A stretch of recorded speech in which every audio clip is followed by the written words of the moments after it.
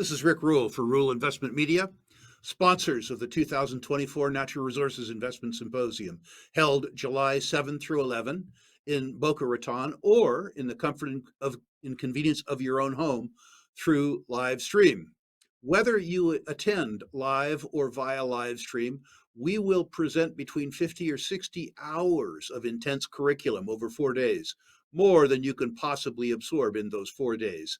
To that end, we will have the conference recordings available, which you can and should revisit several times. Also, to that end, we are interviewing every exhibitor and every speaker before the conference so that you can prepare yourself to get the most out of the conference and, in fact, prepare yourself before the conference by reaching out to those exhibitors that you are more interested in. Today's interview with John Miniotis of AbraSilver is part of that effort. I also need to say that every public company exhibitor at the conference has been vetted by me personally. Every public company exhibitor at the conference is owned in my account or in accounts owned and managed by myself. While that's no guarantee that a stock goes up, it is a guarantee that every single exhibitor has been vetted, unlike any other investment conference that I know. John, thank you for your efforts on behalf of natural resource investment investors like myself. Thank you, too, for your ongoing support of the Natural Resources Investment Symposium and our boot camps. Thank you, Rick. No, it's certainly my pleasure, and I'm really looking forward to attending your conference. It was an excellent success last year, and I'm sure, no doubt, you and your team will find a way somehow to make it even better this year. So yeah, really looking forward to be part of that event. I guarantee that we will. We make it better every year.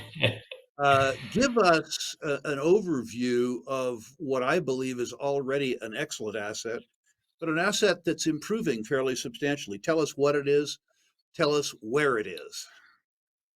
Perfect. So for AbraSilver, our key project is called Diablos. This is a silver gold asset, quite advanced stage exploration, and it's located in the Salta province of Argentina. So this is a very, very mining friendly province. Argentina, of course, is significantly improving, and I think there's a significant upside potential ahead for the country as a whole, as it's absolutely moving in the right direction politically.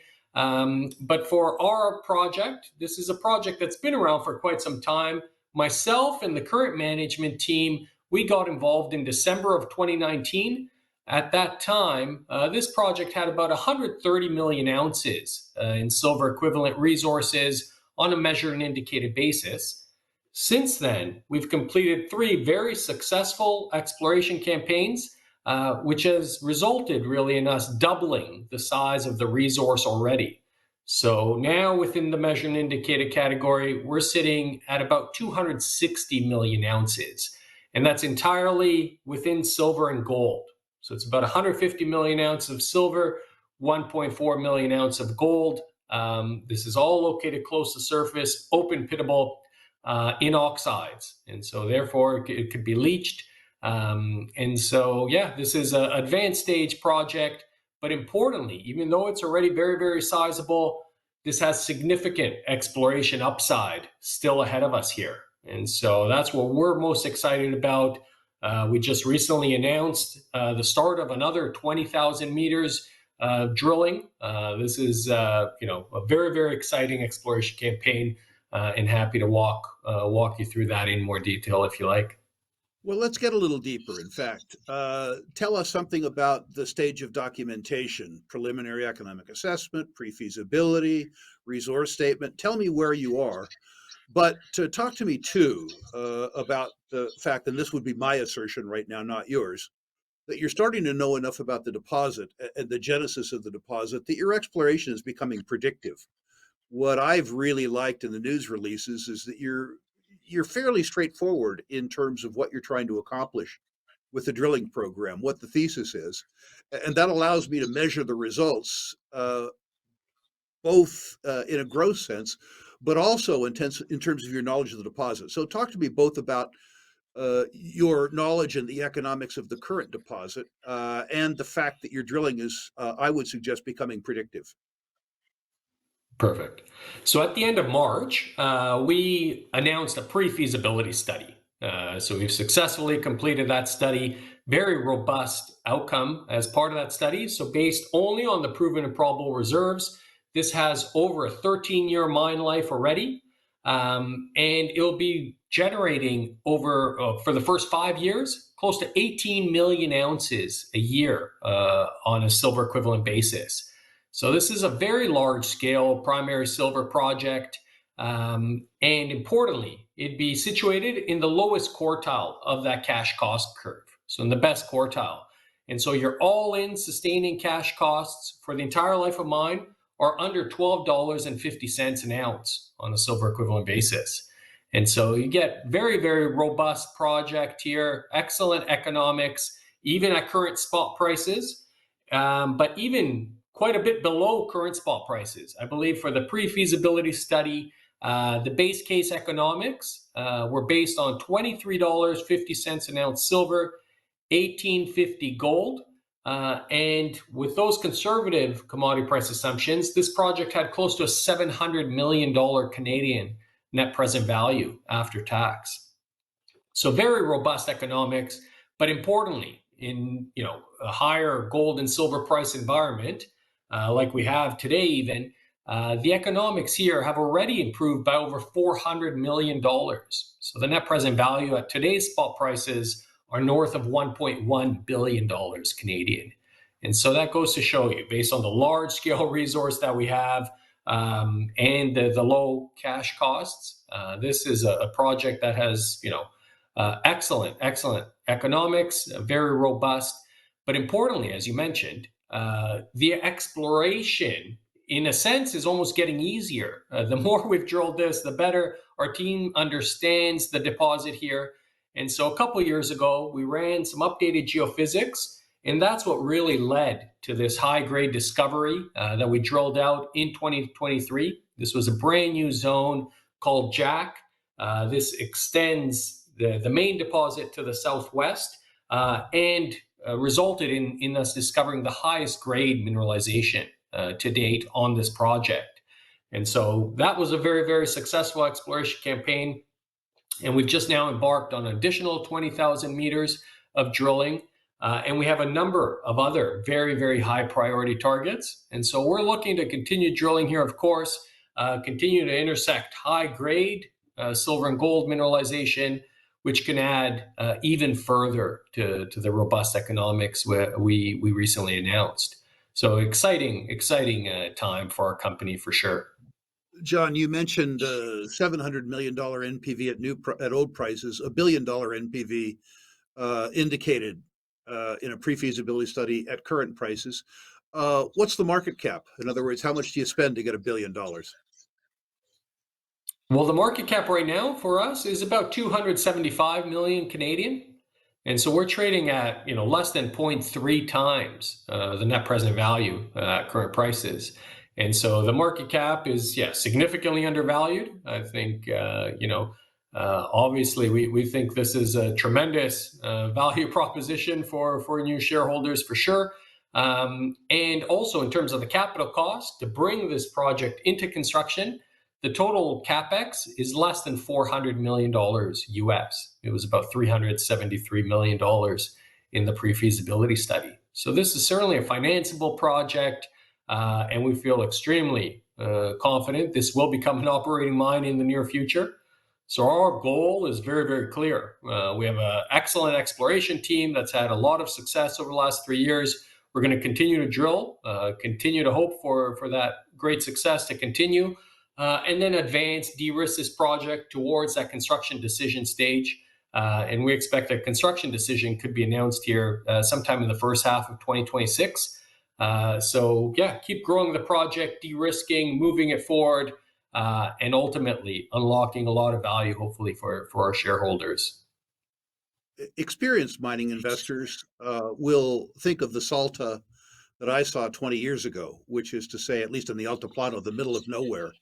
Talk something about the mining development that's taking place in the Salta Altiplano and how that lowers the capital cost that you might experience, particularly in relation to the time that I spent there 2 decades ago. Yeah, I'd say really over the last 5 years, Salta's undergone quite a significant transformation. And so right now it is without question one of the premier mining jurisdictions in all of Latin America, but certainly within Argentina itself. This is one of the main provinces where mining has been absolutely booming over the last several years now. And so where our project Diablos is located, we're actually surrounded by nothing but mining. And so there's 4 very large scale lithium projects being built, billions of dollars of capital being spent on constructing these projects that literally encircle our project. So within a 20, 30 kilometer radius of us in every direction, there's these large scale lithium projects currently being constructed, and those will all be completed later this year and in 2025. And then also, about 150 kilometers or so to the west of us, Fortuna Silver operates the Lindero gold heap leach mine. That's been up and running successfully for them for about 4 years or so now as well. So there's a number of mines in the region, a number of large-scale projects being built.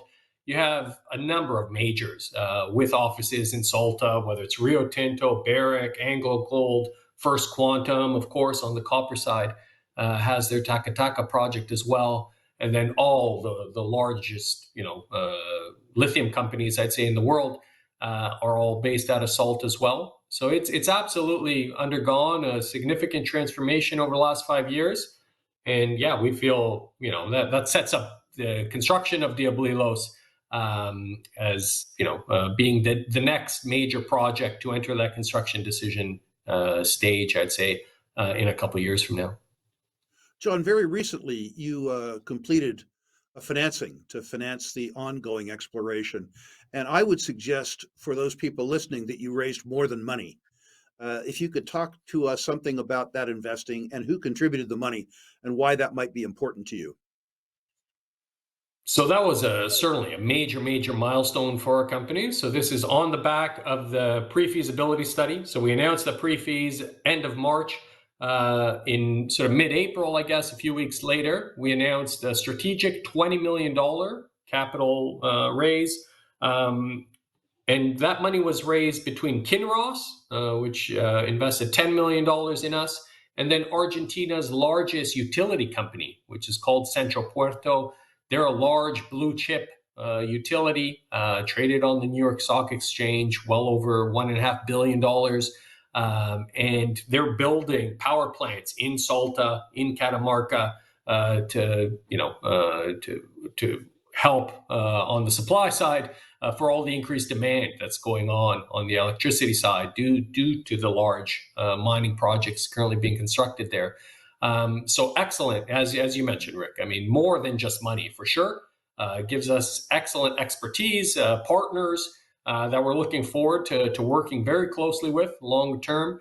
We feel Kinross, we have an excellent relationship with them.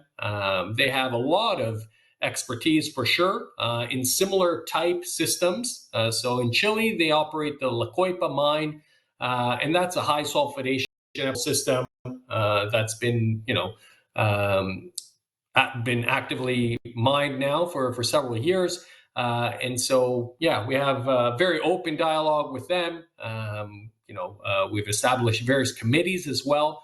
And so we see both Kinross and Central Puerto as being ideal partners for us as we look to embark sort of on the final stages here on advancing this project, delivering a feasibility study, completing the permits, and then ultimately looking to build this and turn this into a very successful operating mine down the road.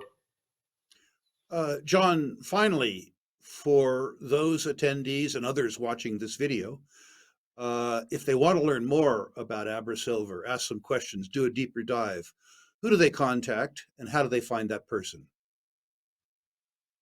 It's not too hard to find. It's me. So you can email me directly. I am always very happy to speak directly with any investors or even prospective investors. So my email address is John, John at AbraSilver.com. Please feel free to email me, and I'm happy to reach out and answer any questions that anyone may have.